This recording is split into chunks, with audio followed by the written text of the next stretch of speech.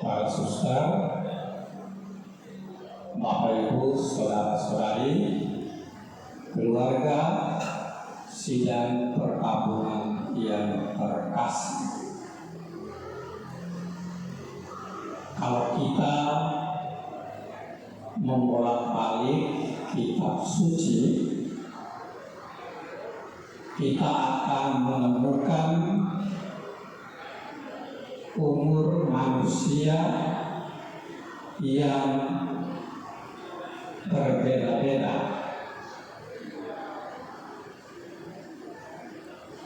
Bahkan ada yang sampai ratusan tahun.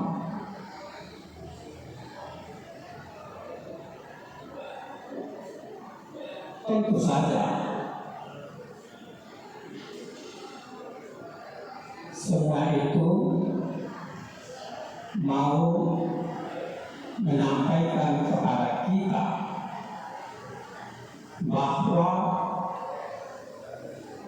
setiap orang yang pernah lahir di dunia suatu saat pasti dia akan meninggal. Soal kapan kita tidak tahu. Apakah dia meninggal saat dia masih dalam kandungan? Apakah dia meninggal saat bayi? Atau anak-anak, remaja, ataupun orang tua? Satu yang pasti, suatu saat kita semua yang pernah lahir di dunia ini pasti akan meninggal. Dan sebagai orang-orang beriman,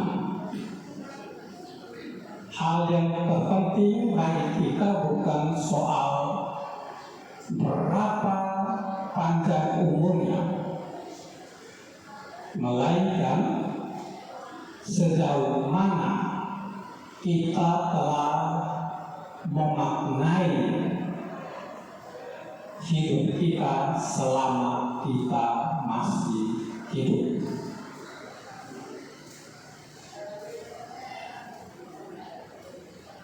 Kalau kita kembali melihat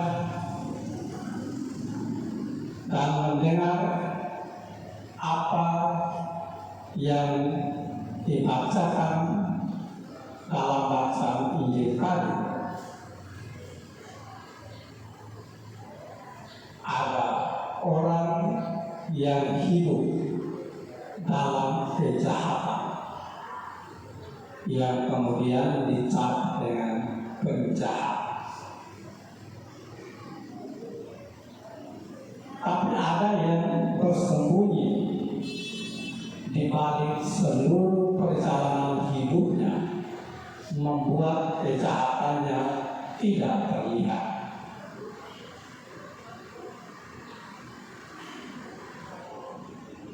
Satu hal yang menarik dan ingin saya mengajak kita semua untuk merenungkan mengapa dalam iman Katolik kita selalu mendoakan orang-orang yang sudah meninggal.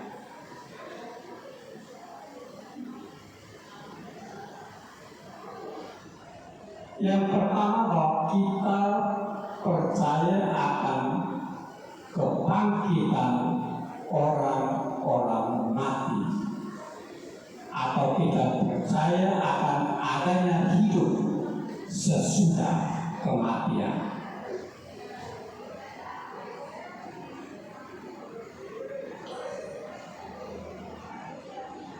Dan yang lain, kita sadar bahwa sebagai manusia tidak ada seorang pun yang luput dari dosa dan salah. Dan iman kita mengajarkan bahwa kalau orang meninggal dalam keadaan tidak berrahmat, maka dia membutuhkan belas kasih Allah. Dan itu juga membuat kita berdoa memohon belas kasih itu.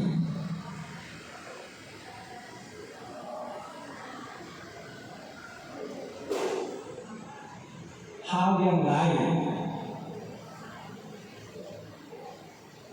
yang juga perlu kita sadari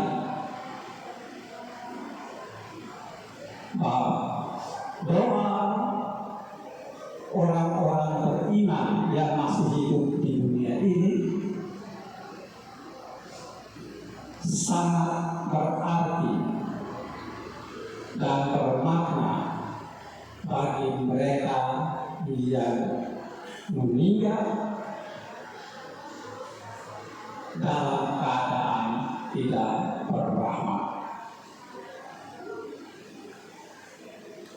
Mari kita lihat apa yang dikatakan oleh penginjil Lukas dalam bacaan yang tadi kita dengar. Ada banyak orang yang menghujat Yesus. Para pemimpin, mereka mengatakan, bukankah dia itu Mesias? Orang lain ia selamatkan. Sekarang mari kita lihat. Ya, karena ia menyelamatkan dirinya sendiri supaya kita bisa percaya kepadanya. Ada juga penjahat yang mengatakan, bukankah engkau Kristus? Selamatkanlah dirimu dan kami. Tetapi satu hal yang menarik, apa yang dikatakan penjahat yang lain. Dia menegur temannya sambil berkata, tidakkah engkau takut juga tidak kepada Allah? Kita memang pantas hidup sesuai dengan amal dan perbuatan kita, karena kita adalah penjahat. Tetapi orang ini tidak. Kemudian dia memohon belas kasihan Yesus. Dia menyadari diri sebagai orang yang tidak pantas karena dia adalah penjahat. Dia adalah pendosa. Karena itu dia memohon belas kasih. Yesus, ingatlah akan aku apabila engkau datang sebagai Raja.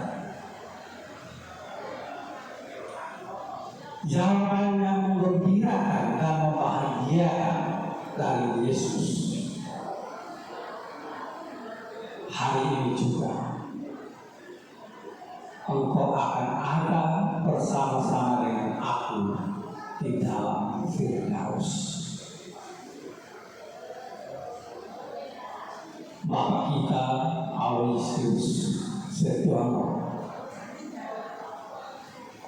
selama hidupnya ia telah menaruh percaya dan berharap pada Yesus. Saya juga baru tahu tadi malam diceritakan bahwa Bapak Aloysius Setiono adalah seorang pegawai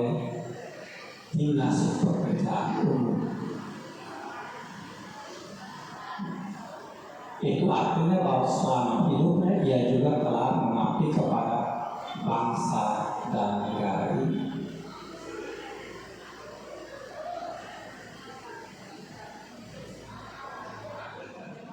Meskipun demikian, kita tahu bahwa sebagai manusia tidak ada seorang pun yang luput dari dosa dan salah. Paus Yohanes,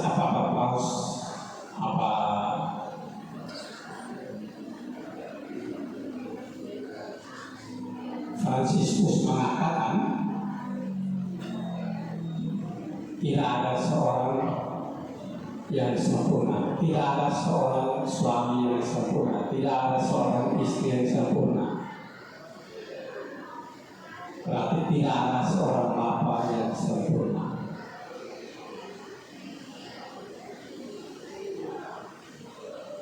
Dan itulah maknanya mengapa kita mau mengiring kepergian Bapak Aloysius dengan doa kita, agar sekiranya masih ada dosa yang harus ditanggungnya, maka Allah boleh melalui belas kasih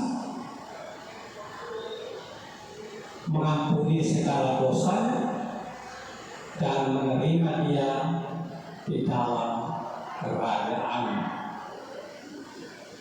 Karena itu bersama penjahat yang digantung di samping Yesus, kita pun boleh berseru, Yesus, ingatlah akan saudara kami, Bapak kami Aloysius Setiono, apabila Engkau datang